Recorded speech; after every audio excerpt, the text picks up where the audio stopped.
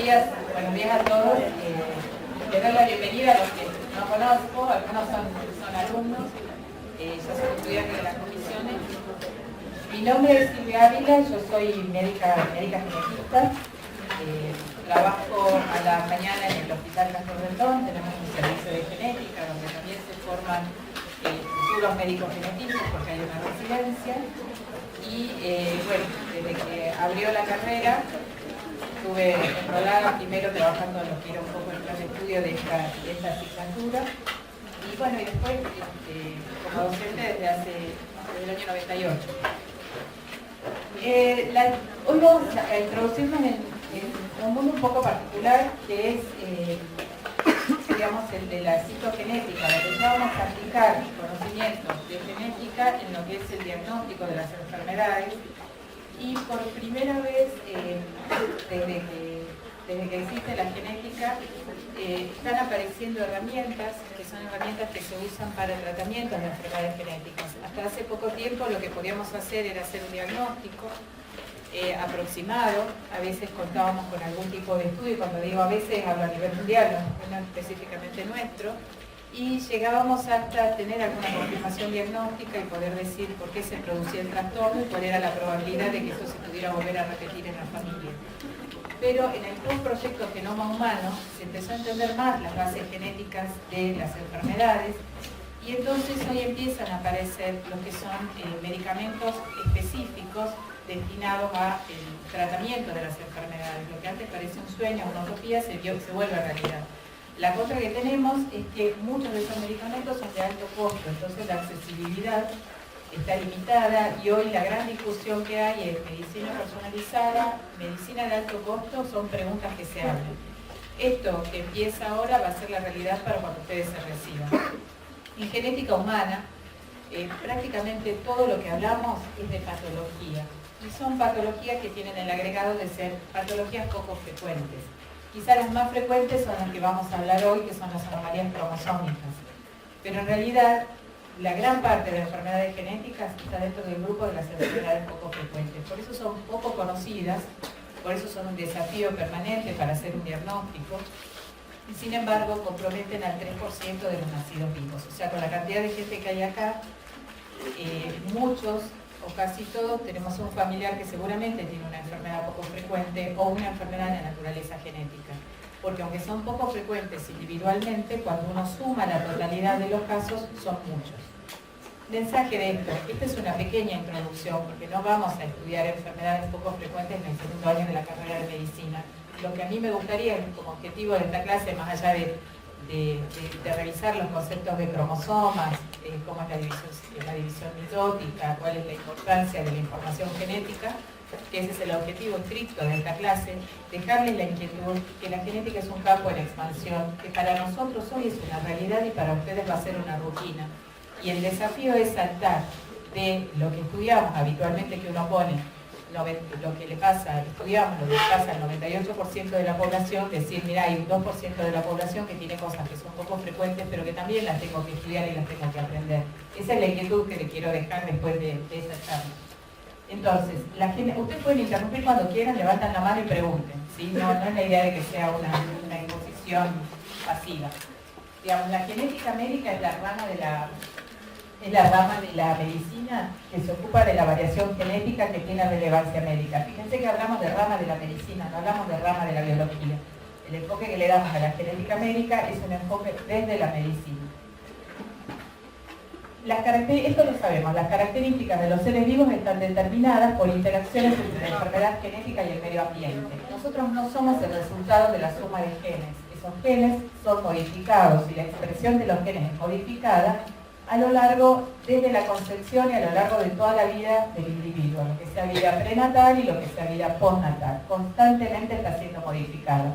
Y de ese resultado van saliendo los distintos individuos y las características que tienen los individuos. La expresión de la información genética, entonces, se produce en el marco de una compleja red de interacciones en las que están incluidos los estímulos ambientales. La información disponible permite diseñar estrategias de atención primaria de la salud que mejoren la calidad de vida de la población en cualquier región, país del mundo. Esta es una responsabilidad estatal, social, familiar e individual. Esto lo vamos a volver a recuperar al final. Bueno, ¿cómo definimos una enfermedad genética? Es toda aquella enfermedad que está producida total o parcialmente por la alteración del material genético de un individuo. Entonces, si yo les pregunto a ustedes, ¿qué es una enfermedad genética? ¿O qué enfermedad genética ustedes conocen? ¿Qué me dirían? A ver. ¿Cuál? Trisomía 21. Trisomía 21, que es el síndrome de Down. Vamos a estudiarla hoy. El síndrome de Turner. Síndrome de Turner, otra.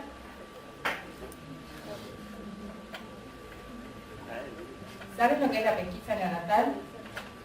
¿La vieron en APS cuando se pincha el taloncito de los bebés y se hace? ¿Qué enfermedades estudian ahí, por ejemplo? ¿Cuál?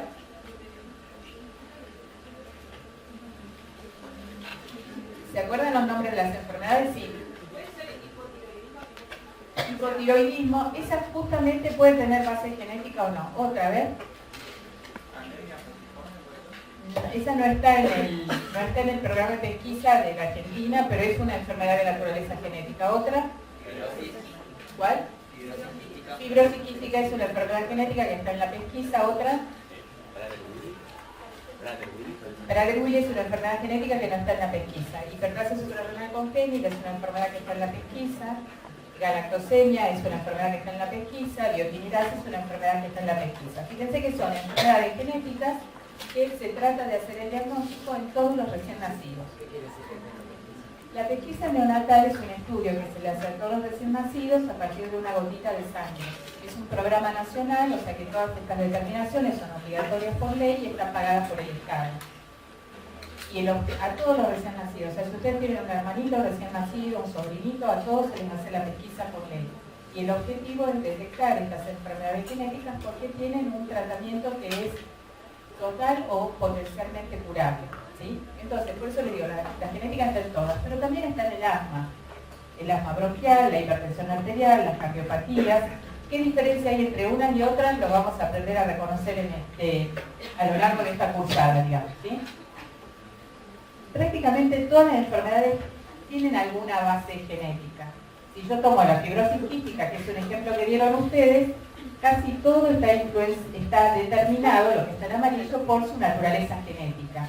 Siempre hay un factor ambiental, acuérdense de eso.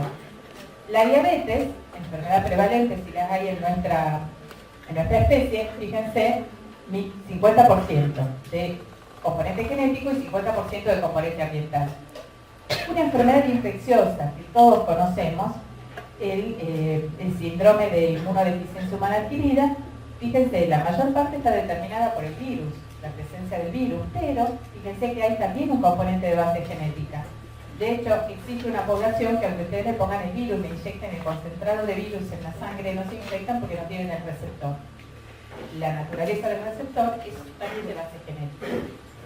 Entonces, siempre todo tiene un componente genético, mayor o menor.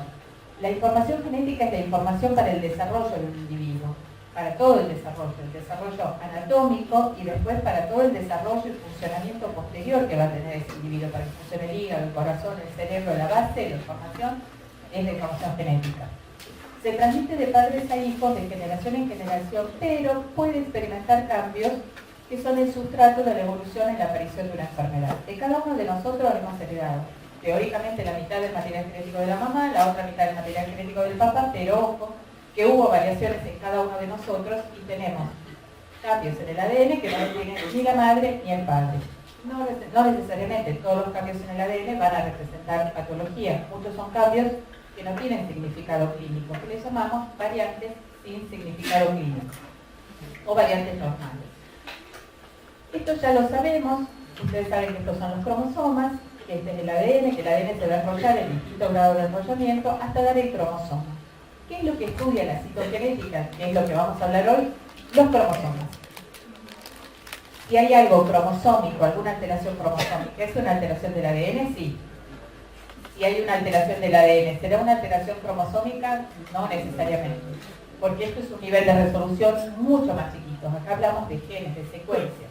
Acá hablamos de bloques, donde hay muchos genes y muchas secuencias. Los cromosomas en realidad sirven. no toda enfermedad genética es una enfermedad hereditaria. Vamos a ver hoy cómo el 95% de las veces la trisomía 21, síndrome de Down, que mencionaron ustedes hace un ratito como ejemplo, es una enfermedad genética, sí, porque tengo un cromosoma de más, es una trisomía, pero no es hereditaria, porque en general los papás que tuvieron un nenito con síndrome de Down, en el 95% de las veces tienen un riesgo bajo de tener un segundo niñito con síndrome de Down. Hay solamente un 5% que van a tener un riesgo alto, eso lo vamos a ver ahora. Entonces, no toda enfermedad genética es hereditaria. Las enfermedades genéticas entonces se van a clasificar, vamos a pasar rápido esto, de acuerdo a si las puedo ver puedo ver la alteración en el microscopio, es lo que llamamos anomalías cromosómicas. Si no las puedo ver a nivel de cromosomas, son anomalías génicas, a nivel de gen. Y acá tenemos que pueden ser seguir un patrón de transmisión mendeliana, que es la que ustedes ya estudiaron cuando hicieron en el introductorio las leyes de Mendel, pero pueden ser también multifactoriales, debido a herencia mitocondrial o a mutaciones dinámicas, que es un tipo especial de herencia. Hoy vamos a ver este capitulito, que es el de enfermedades cromosómicas.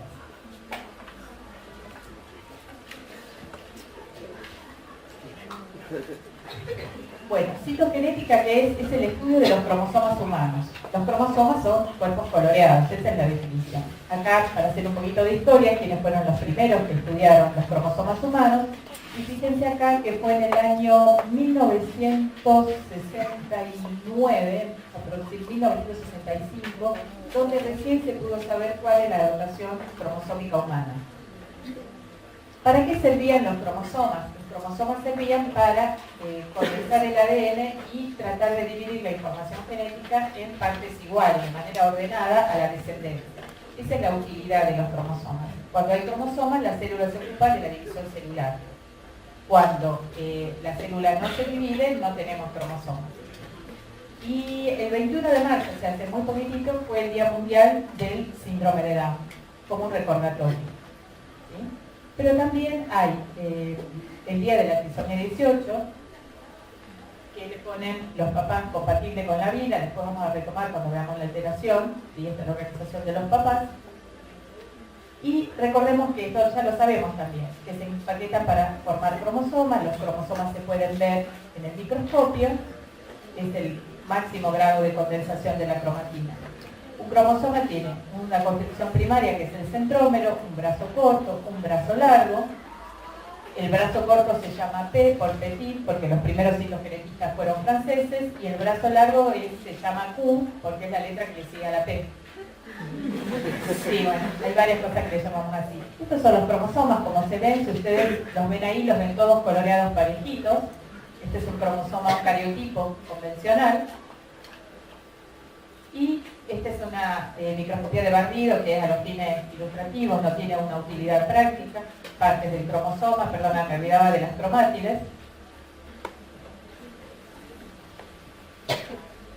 Esta es la clasificación de los cromosomas: metacéntricos, submetacéntricos y acrocéntricos. Metacéntricos es cuando brazo corto y brazo largo tienen aproximadamente la misma medida. Submetacéntrico cuando hay un brazo corto que es más corto.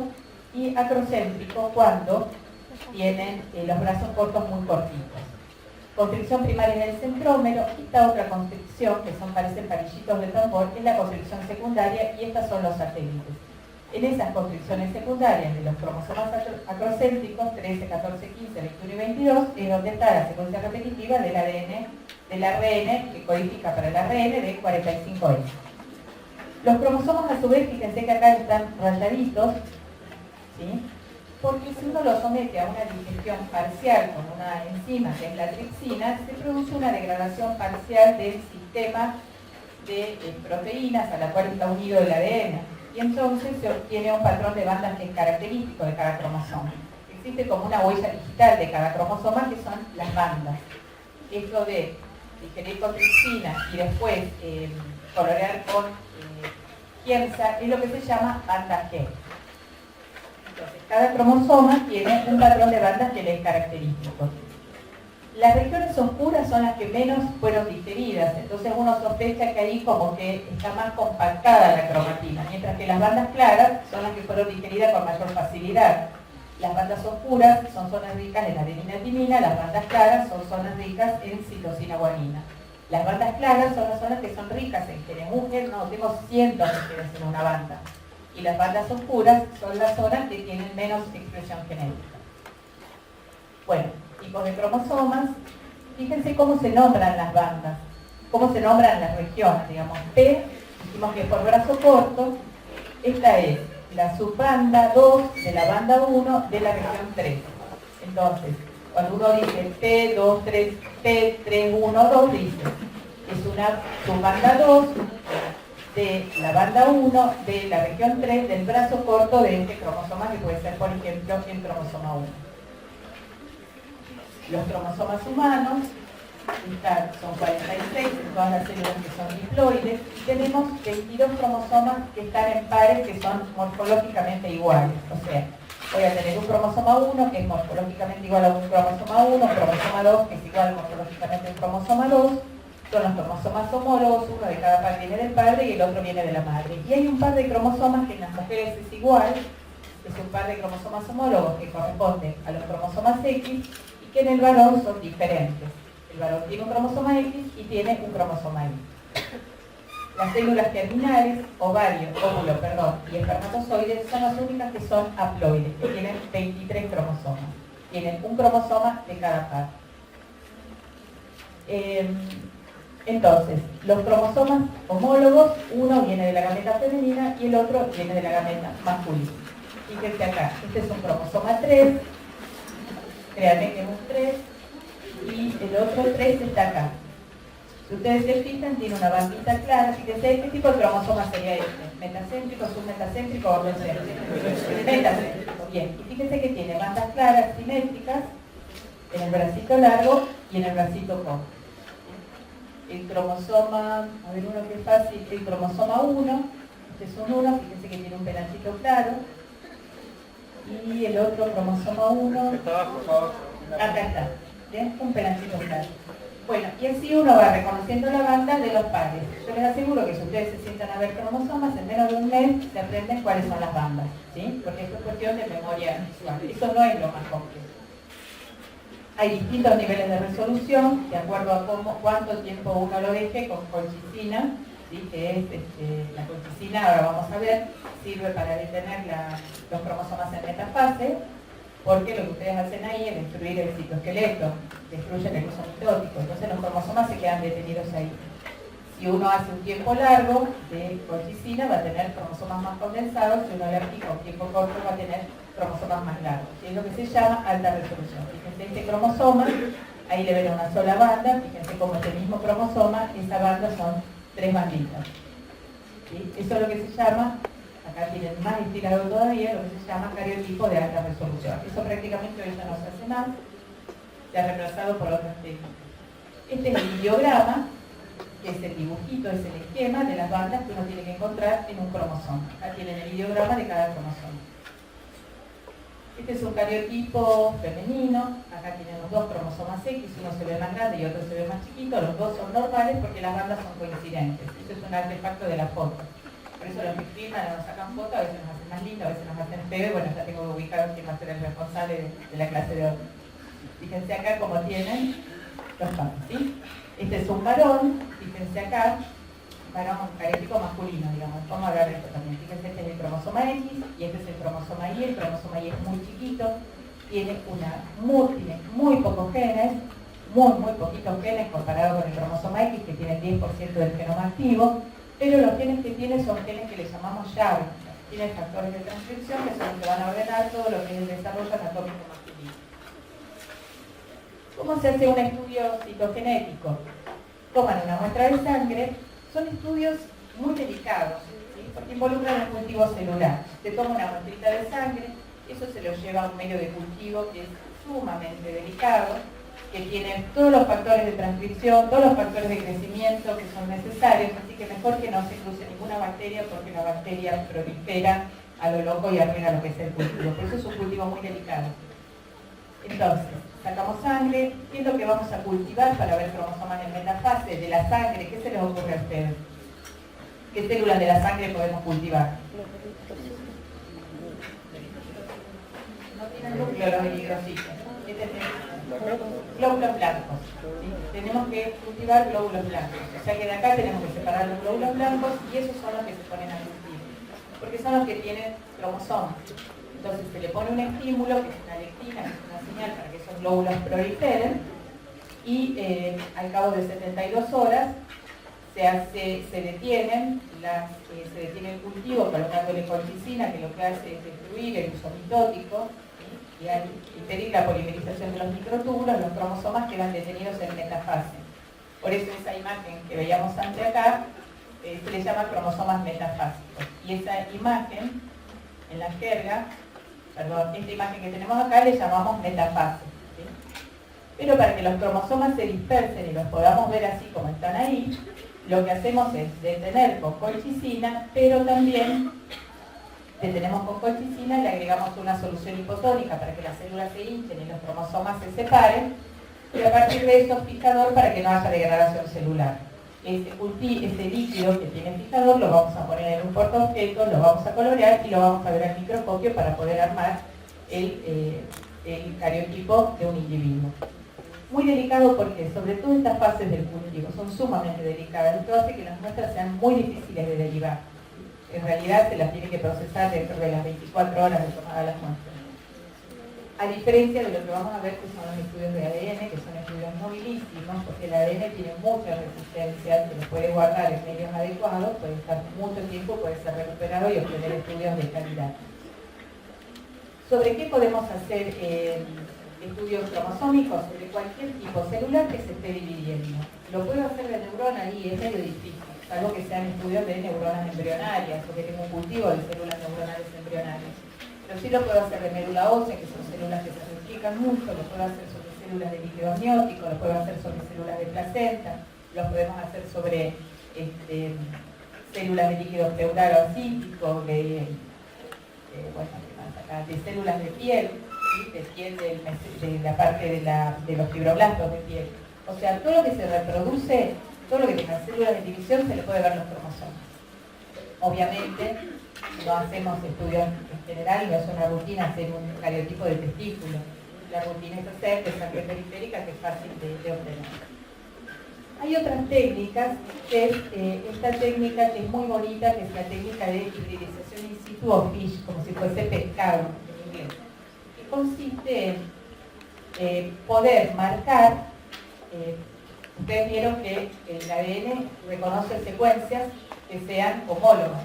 Si ustedes fabrican una secuencia de ADN que tiene un fluorocromo y que ustedes saben que corresponde al cromosoma del centrómero, por ejemplo, del cromosoma 21, donde haya centrómero del cromosoma 21, no importa si es en interfase o es en metafase, la sonda se va a pegar. Ese ADN que yo fabriqué se va a pegar. Es como que yo tenga un molde acá de la doctora que tengo en primera fila y voy con los ojos cerrados y donde pega el molde digo, acá está la doctora que está en la primera fila. ¿Sí? Es un molde especial que reconoce una secuencia homóloga y que a la vez le puso un fluorescente.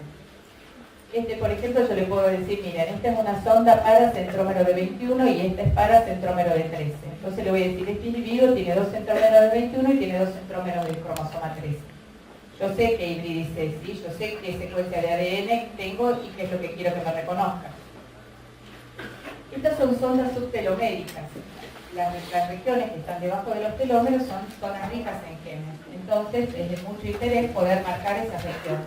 Entonces fíjense cómo se marcan, porque hay secuencias subteloméricas normales, se marcan.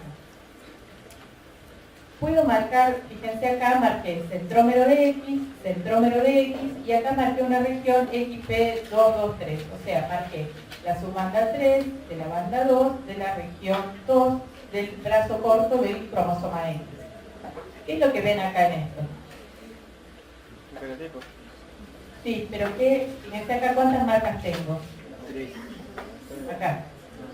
2. ¿Y acá? 1. ¿Qué pasó acá? Le falta esa región. ¿Sí? Esa región acá no está presente. Entonces tiene una pérdida de esa región, que es lo que llamamos deleción.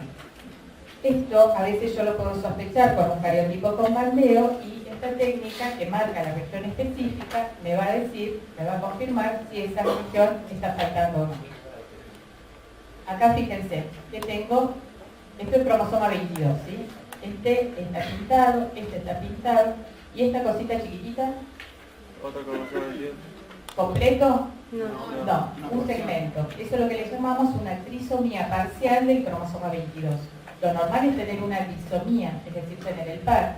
Acá tengo una trisomía parcial del cromosoma 22.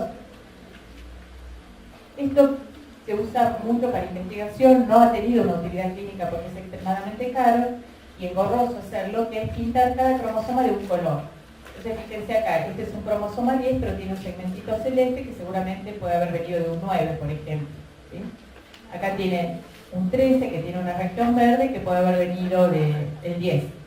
Entonces se usa para arreglos complejos. Aparte de ser un bonito fondo de pantalla, es lo que le llamamos un cariotipo espectral. Cada cromosoma de un color. ¿Cómo produce una alteración cromosómica patología? Nosotros tenemos que tener la cantidad exacta de ADN, ¿sí? O sea, tenemos que tener, fíjense, la mitad de los cromosomas que ven, tenemos que tener 23 pares de cromosomas homólogos. Y de esos 23 pares, a su vez, tienen que venir 23 la mitad del padre y la mitad de la madre. Si tenemos información genética de más o de menos, aparece patología. ¿Por qué? Porque es la información del desarrollo. Si yo tengo información genética de más, voy a alterar el desarrollo. Dependiendo la cantidad y la importancia de esa información genética, puedo llegar a tener un individuo que no progrese más allá de la sexta semana de gestación. Puedo tener un individuo que nazca con severos defectos congénitos, o puedo tener un individuo que nazca que no tenga anomalías congénitas, pero que tenga, por ejemplo, retardo mental. La información genética tiene que ser la justa, ni de más ni de menos. Entonces, efectos que puede producir: devastación de la blastogénesis, es decir, ni siquiera llega a implantarse. De hecho, se calcula que el 95% de los óvulos fecundados ni siquiera se implantan. ¿Sí? Óvulos fecundados, 95% que ni siquiera se implantan. Y de los que se implantan, y uno tiene un diagnóstico positivo de embarazo y lo llega a ver en la ecografía, el 15% se pierde antes de la semana 12. La gente que no sabía nada de genética y nada de esto le dice plan materno infantil a partir de los 3 meses. Sabiduría popular. No avise que están embarazados hasta que pasen los 3 meses. ¿Por qué? Porque saben que hay una probabilidad más alta antes de los 3 meses de perder los embarazos. Muchos de los embarazos, la mayoría, tienen alteraciones cromosómicas. ¿Sí? Bueno, fíjense, si yo estudio pérdidas espontáneas entre el 50%, muertes en la infancia el 5% va a tener anomalías cromosómicas, defectos cardíacos congénitos el 13%, un coeficiente intelectual menor del B de 20, entre el 3 y el 10%, infertilidad masculina entre el 2 y el 15%, defectos en la diferenciación sexual masculina 25%, defectos en el desarrollo puberal de mujeres 25%. O sea, fíjense cómo estas van a ser de pasada las indicaciones de cuándo vamos a pedir un estudio cromosómico. Todas las que enumeramos acá: dismorfias, malformaciones, retardo mental, desorden de la diferenciación genital, trastornos de crecimiento, menorrea primaria. Hay indicaciones en el periodo prenatal, es decir, antes del nacimiento, por ejemplo, cuando las madres son mayores de 35 años, cuando las madres están muy angustiadas, cuando tienen un screening ecográfico alterado, cuando hay una restricción de crecimiento intrauterino, cuando hay sospecha ecográfica de alteraciones cromosómicas, cuando uno sabe que los padres tienen alguna anomalía cromosómica. Al momento del nacimiento, cuando hay malformaciones mayores, lo que hablamos antes, hay en la alteración de en época de lactancia, en el periodo preescolar-escolar, en el periodo de la adolescencia, periodo del adulto. No las vamos a leer a todas, queda acá en la clase, pero fíjense que a lo largo de toda la vida hay indicaciones de realizar estudios genéticos. Las anomalías cromosómicas pueden ser de número, como la que mencionamos antes del síndrome de Down, que hay un cromosoma 21 extra, o pueden ser alteraciones estructurales, es decir, el número está bien, pero la estructura de los cromosomas está alterada. Hagamos un repasito. Triploidía le llamamos cuando tienen 3 juegos cromosómicos, es decir, en vez de tener 46, hay 69. Tetraploidía cuando hay 4 juegos cromosómicos, en vez de haber 69 hay, sería 92. Son juegos cromosómicos completos. Estos en general los vemos en abortos, cuando hacemos estudios de abortos o cuando nace recién nacido sumamente grave. ¿Preguntas? No. Aneuploidía es cuando la alteración es numérica, pero tengo cromosomas de más o de menos. Monosomía es cuando falta un cromosoma. La única monosomía compatible con la vida es el síndrome de Turner, donde el individuo tiene un solo cromosoma X. Trisomía es cuando hay un cromosoma de más. Ejemplo, trisomía 21. Las únicas trisomías compatibles con la vida extrauterina son trisomía 21, 13, 18, excepcionalmente la 22. Trisomías completas, hablo de cromosoma completo, ¿sí? Tetrasomía es cuando hay 4 cromosomas. En vez de haber 2, hay 4. Por ejemplo, cuando hay 4 cromosomas X o cuando hay 4 cromosomas Y, por ejemplo. O sea, las únicas tetrasomías compatibles con la vida son las que se refieren a los cromosomas sexuales. Y las estructurales, vimos un ejemplo hace rato de una deleción, una pérdida de cromosoma X. Las estructurales son las deleciones. Las translocaciones, que es cuando hay un intercambio entre un cromosoma y otro. Las inversiones, cuando un segmento cromosómico se da vuelta. Las duplicaciones, cuando está 2 veces. Inserciones. Y veamos un ejemplo. Esto es lo que más les gusta. ¿Cuál es la causa más común de una trisomía? Un defecto en la meiosis. Puede ser en la meiosis 1 o puede ser en la meiosis 2. ¿Sí? Esta no disyunción quiere decir que en vez de ir uno de cada homólogo a la gameta, va 2 del mismo cromosoma a la misma gameta. Eso es lo que se llama no disyunción. La gameta monosómica en general se pierde, no es fecundable, y esta, al ser fecundada por una célula, al ser fecundada por ejemplo, espermatozoide normal, va a tener un individuo con 3 copias del cromosoma, donde debería haber 2. Esto es lo que llamamos trisomía. Efecto entonces de la no disyunción. Las no disyunciones son fenómenos esporádicos. Aquí hay algunas familias que tienen más tendencia a hacer no disyunciones, en general son esporádicos. Por eso cuando uno ve a un nenito que tiene síndrome de Down por trisomía 21, le dice a la pareja, la próxima hace un diagnóstico prenatal para estar más tranquilos de que viene todo bien. Pero en realidad la probabilidad es muy baja que vuelva a haber otro efecto como la no disyunción. Esta es una triploidía. Este es un bebé triploide que en realidad tienen muy bajo peso, tienen las manitos en garra, pero el principal problema que tienen es el desarrollo neurológico. No tiene tanta malformación congénita, pero el principal problema es el problema neurológico. Y acuérdense que las señales, para que funcionen todos los órganos y sistemas, todas esas señales están en el sistema nervioso. Trisomía 21, el nenito con síndrome de Down que veíamos antes. Tiene algunos rasgos que son característicos, ¿sí? No los vamos a describir ahora, un plieguecito único en la mano, pero les doy una pauta. Supongamos los ojitos achinados, quiere decir que los ojitos son hacia arriba. Todos los que tienen ojitos achinados tienen síndrome de Down, no. Es un rasgo dentro del contexto, dentro de la gestalt, dentro del aspecto general que tiene el individuo. De hecho, cuando hablamos de síndrome de Down decimos que es una variante genética de la especie. ¿Sí? No es una enfermedad, es una condición genética, es una variante genética. Estamos los de 46 cromosomas, los de 45, los de 47, son variantes genéticas. ¿Por qué? Porque no todos los chicos con síndrome de Down son iguales. Por ejemplo, la mitad puede tener una cardiopatía congénita, sí, pero la otra mitad no. Es muy frecuente que tengan poco peso al nacer, sí, pero no todos. Es más frecuente que tengan atresia de esófago, es decir, que el esófago no esté permeable o no esté permeable el duodeno, sí, pero no todos lo tienen. ¿De qué depende una cosa o la otra? Del contexto general de quién es del individuo y de factores que intervienen en el desarrollo ambiental y que todavía no llegamos a conocer bien. Entonces, ¿todos los chicos con síndrome de Down van a tener cardiopatía congénita, malformaciones intestinales? No. ¿Es frecuente en ellos más que en la población general? Sí. Pero no hay un determinismo genético. Quizá lo más constante que tengan es el trastorno de aprendizaje o el retraso de pauta madurativa. ¿Sí? Bueno, tiene un aspecto que es característico, dijimos, y cuando hacemos el estudio genético, que es el que finalmente hace el diagnóstico, tenemos que hay 3 cromosomas 21. Esto le decía, pasa el 95% de las veces, vamos a ver qué pasa en el otro 5%. Mucha variación. ¿Sí? Y en ese fish, si esto era cromosoma 21, fíjense que voy a tener 3 centrómeros de 21.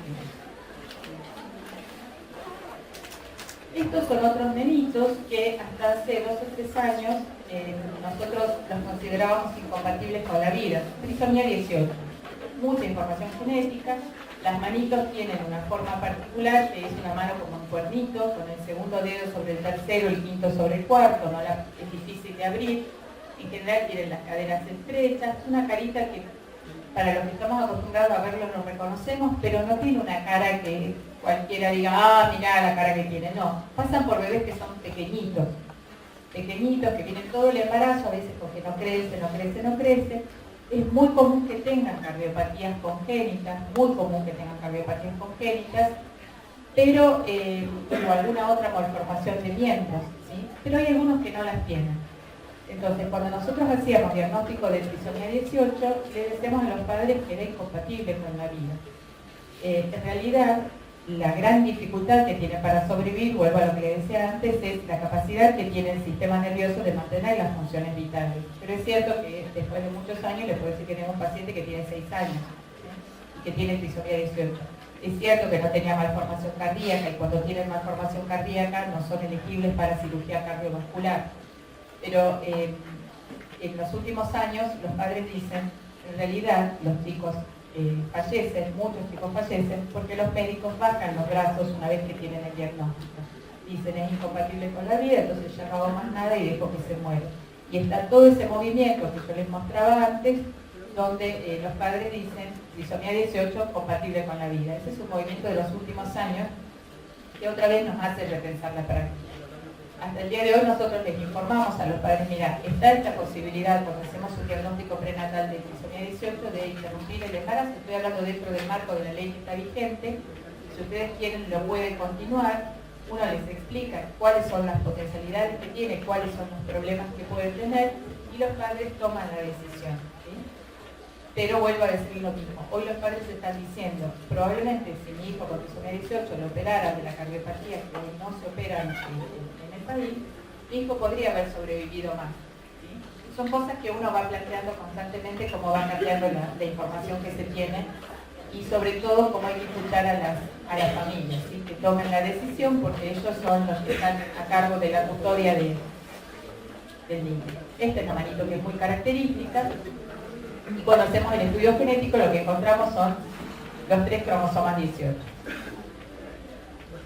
Bueno, estos nenitos tienen una fisura de paladar, en general los ojitos muy juntos, pueden tener malformaciones cardíacas severas y neuronales severas, una falta de desarrollo de lo que son los lóbulos cerebrales. También la gran limitante de vida que tienen es las funciones cerebrales, cardiopatías complejas, a veces oncarocele, que es como una hernia umbilical gigante.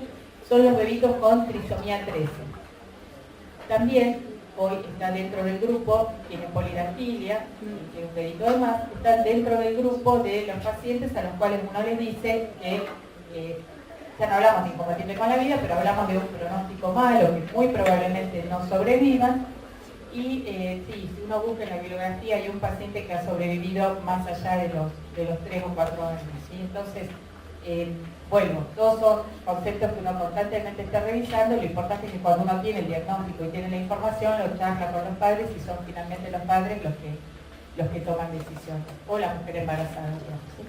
Fíjense, también se hace el diagnóstico por cariotipo. Este es el 47XXY, ¿sí? Estos nenes, estos chicos son cromosómicamente varones, porque siempre que uno tiene cromosoma Y dice son cromosómicamente varones. Esto no tiene nada que ver ni con la homosexualidad, ni con la heterosexualidad, ni con la bisexualidad, ni con el poliamor, ni con nada. Son cosas distintas. Yo estoy hablando hoy de cromosomas, ¿sí? Esto hablamos del sexo cromosómico. Las otras cuestiones son mucho más complejas y estamos tratando de entenderlas, pero no tienen una base genética hasta lo que se sabe a día de la fecha. Estos son, tienen una disomía del cromosoma X. ¿Por qué disomía? Porque tiene 2 cromosomas X, pero son varones, cromosómicamente hablando, con disomía del cromosoma X. La descripción clásica es un individuo que es muy alto, con caderas anchas, con el límite superior del vello pubiano horizontal. Los varones suelen tener longitudinal, las mujeres somos las que tenemos el límite horizontal. Pueden tener ginecomastia. Hay Una constante es la criptorquía, es decir, es la baja de descenso de los testículos, es la falta de descenso testicular, y suelen tener testículos muy pequeños. Hay un porcentaje, puede ser un 5 o un 10%, que tiene trastorno de aprendizaje, entonces tenemos, como les decía antes, distintas etapas para hacer el diagnóstico. Lo ideal es cuando nacen, porque ahí uno podría decir, bueno, le pido estudio cromosómico, le veo los cromosomas a todo nenito que no tenga los testículos descendidos al momento del nacimiento, esa es una indicación. Podría ser el estudio genético en la infancia a los que tienen retraso madurativo, pero muchas veces nos llegan individuos adultos que vienen porque, por infertilidad. Entonces se le hace el espermograma y se ve que no tienen cromosomas, y a partir de ahí se plantea hacer el estudio cromosómico y nos encontramos con que tienen 2 cromosomas X. Como les decía antes, hay que tener la información genética justa, si no algo pasa. En este caso lo que pasa es que se detiene el desarrollo testicular. Entonces, bueno, este es el aspecto típico, pero otra vez yo tengo pacientes que son bajitos, llenos de pelos, que no tienen este aspecto así largo, y que bueno, que los diagnosticamos por infertilidad. Esta es la descripción clásica, ¿sí? Pero no solamente somos cromosomas y genes, no tienen, bueno, acá está medio pixelada, pero digamos no hay un aspecto facial característico, sí, la criptorquía suele estar presente. Y cuando hacemos el estudio cromosómico vemos los cromosomas X y el cromosoma Y. Bueno, este es el fenotipo clásico de las nenas con síndrome de Turner. Antes del nacimiento, ¿qué es lo que podemos tener? Una translucencia nucal aumentada, el aumento del líquido que rodea el cuerpo, de líquido subcutáneo, a veces se diagnostica cardiopatía. Cuando nacen pueden tener las manitos o los piecitos hinchados, que le llamamos edema, o, bueno, eso puede ser al momento del nacimiento. En la infancia la característica que tienen es estos bracitos separados, que es lo que le llamamos cúbito valgo, el cuellito ancho, las mamilas muy separadas y la baja talla. O sea, la constante es las bajas tallas. Y si pasa de largo acá, lo que tienen es otra vez que no menstruan, causa de falta de menstruación. ¿Sí? Acá tiene un solo cromosoma X, tiene 40, bueno, acá tienen el pliegue bucal, tiene 45 cromosomas y un solo cromosoma X. Este es el dorso de la patita, síndrome de Turner o monosomía de Lesch. ¿Preguntas hasta acá? Alteraciones estructurales. Acá a veces tengo la cantidad de cromosomas, pero lo que ha habido es una pérdida de la estructura. Por ejemplo, un cromosoma 7 normal y acá que me falta una bandita. Acá me falta un segmentito del cromosoma 4, el síndrome de Wolf, 4P menos. ¿Sí? Fíjense acá me falta este segmento, y si lo marco con fish, fíjense que acá tengo la zona normal y acá me falta la cabecita del cromosoma. ¿Sí? Sí. ¿Qué quiere decir 4P menos? Es el nombre clásico que se le dio. ¿Sí? El nombre del que lo describió es Wolf Hirschsprung, son los que lo describieron y le llamaron 4P menos. ¿Sí? Porque le faltaba el bracito, uno de los bracitos cortos del cromosoma 4 era más cortito. Sí. Si se produce una lesión de una banda oscura, ¿se manifiesta fenotípicamente?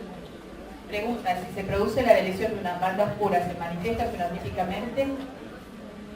Si tiene algún gen ahí sensible de activarse, sí. Si no, puede ser que no. Depende si tomó porque ahí tenés cientos de genes. Los que van a predominar son genes poco activos. ¿Sí? Esos son los que van a predominar. Pero puede haber algún gen activo en la región. Bueno, 5P menos. Síndrome, le llamaron el síndrome del maullido de gato, Duyar, porque tienen una hipoplasia de laringe que hace que tengan un llanto muy agudo que se parece al maullido de un gatito. Estos son síndromes clásicos, ¿sí? Pero fíjense toda la variedad que puede tener la presentación de la carita. ¿Sí? Otra vez no somos solo cromosomas. Después tienen anillo del X, fíjense acá, uno de los X se transforma en un anillito, suelen comportarse como síndrome de Turner, como si el X no estuviera. Acá tienen un isocromosoma del 18, que le llaman isocromosoma cuando se corta la mitad y tienen dos brazos iguales. Este es un isocromosoma P. Entonces acá tenemos, acá está el 18 y aparte tiene el isocromosoma. Esto se comporta como una trisomía 18. Bueno, hay muchas alteraciones, estas las pueden ver después. Esta sí me interesa porque es la translocación robertsoniana. Acá les hago una pregunta, fíjense, ¿en qué consiste esto? ¿Esos son cromosomas de qué tipo? ¿Qué tipo son? Acrocéntricos, muy bien. Si yo corto estos cromosomas acá y los pego, tengo este cromosoma, ¿sí? Que tiene brazo largo y brazo largo. Ese es un cromosoma derivado, ¿sí? Pregunta, ¿qué pasó con la información genética que perdí de acá? ¿Este individuo va a tener problemas? Me dice, ahí está codificado el ARN de 45S, pero esa es una información que está solamente en estos cromosomas. No, está en los otros también, es una información redundante. Entonces este individuo no va a tener nada. Sí va a tener problemas cuando quiera hacer meiosis con este cromosoma. ¿Puede producir una trisomía? Puede producir una trisomía. ¿De qué tipo la trisomía? Una trisomía por una translocación robertsoniana. Fíjense, este individuo tiene el 14, normal, acá tiene un 13, y acá tiene el 14, está pegado un 13 y un 14. Si yo cuento los cromosomas, ¿qué es lo que tiene este individuo? Tiene 3 cromosomas 13. En realidad tiene 3 veces la información del 13. 1, 2 y 3. ¿Sí? Se comporta como una trisomía 13. ¿Pero cuántos cromosomas tiene? 46. O sea, tiene una translocación, no sé si lo escribí, no lo escribí acá, pero bueno. Tiene una trisomía 13 por una translocación robertsoniana entre un cromosoma 13 y un cromosoma 14.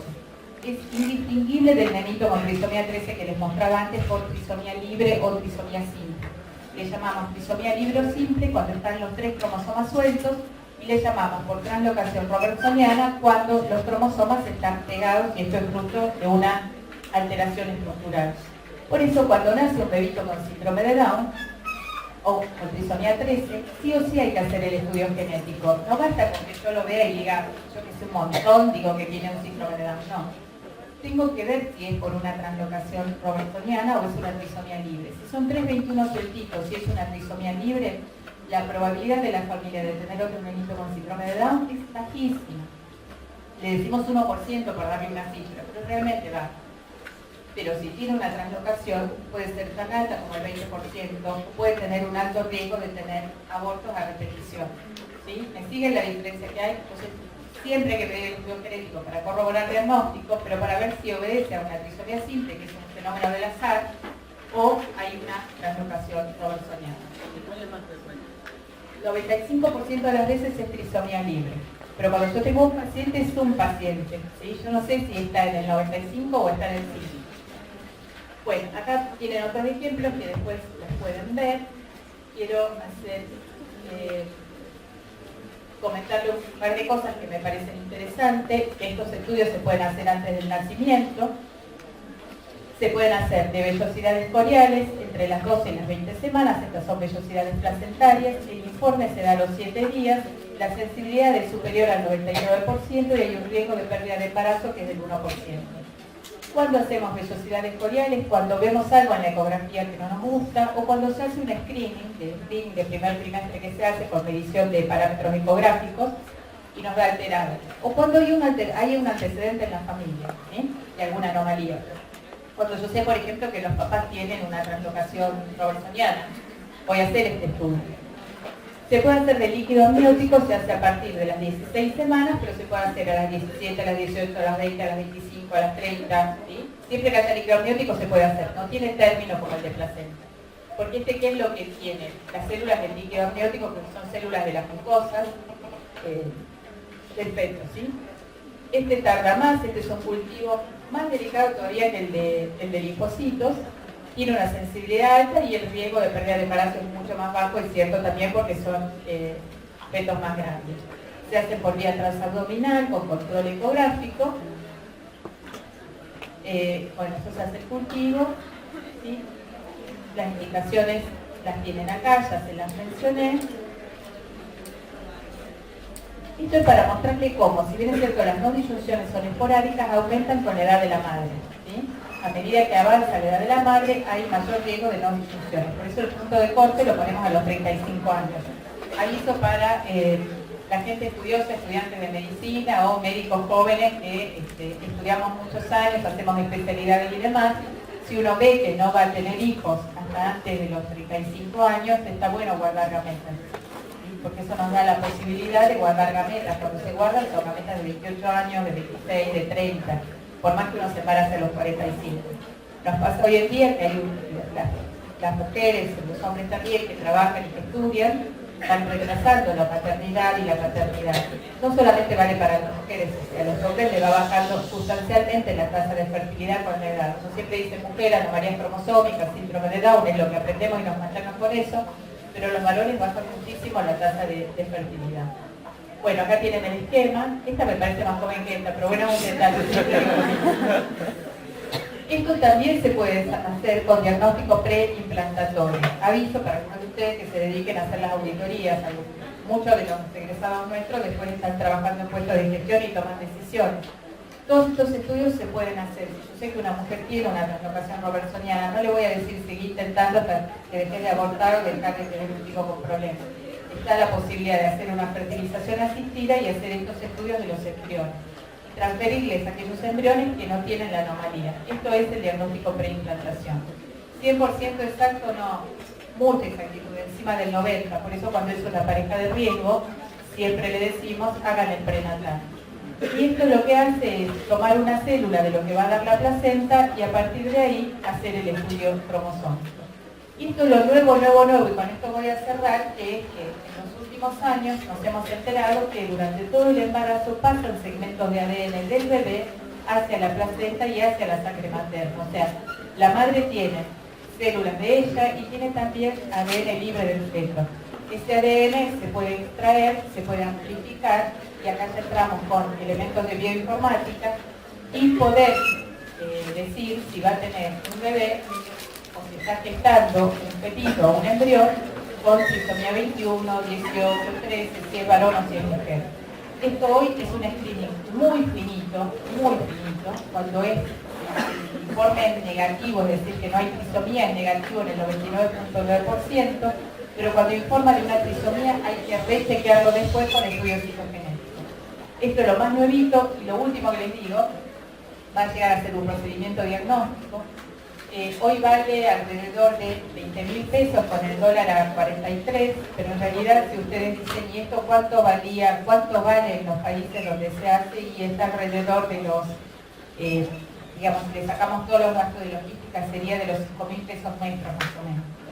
Entonces, estos son estudios que van a ser tan rutinarios como hoy hacerse un test de embarazo, ¿bien? Sí. ¿Qué se puede determinar? Lo que se puede determinar acá es la cantidad de ADN, está la cantidad normal de ADN que uno podría esperar, que está el de la madre y el del feto con 2,21, y cuando hay 3,21 varía la cantidad de esa fracción fetal de ADN, correspondiente al cromosoma 21, ¿sí? Para el 13 y para el 18. ¿Bien? Eso es lo que está disponible hoy. Bueno, les doy las gracias. Los que tengan preguntas nos quedamos aparte ahora y lo charlamos, ¿sí? Gracias y cualquier duda nos preguntan por Facebook.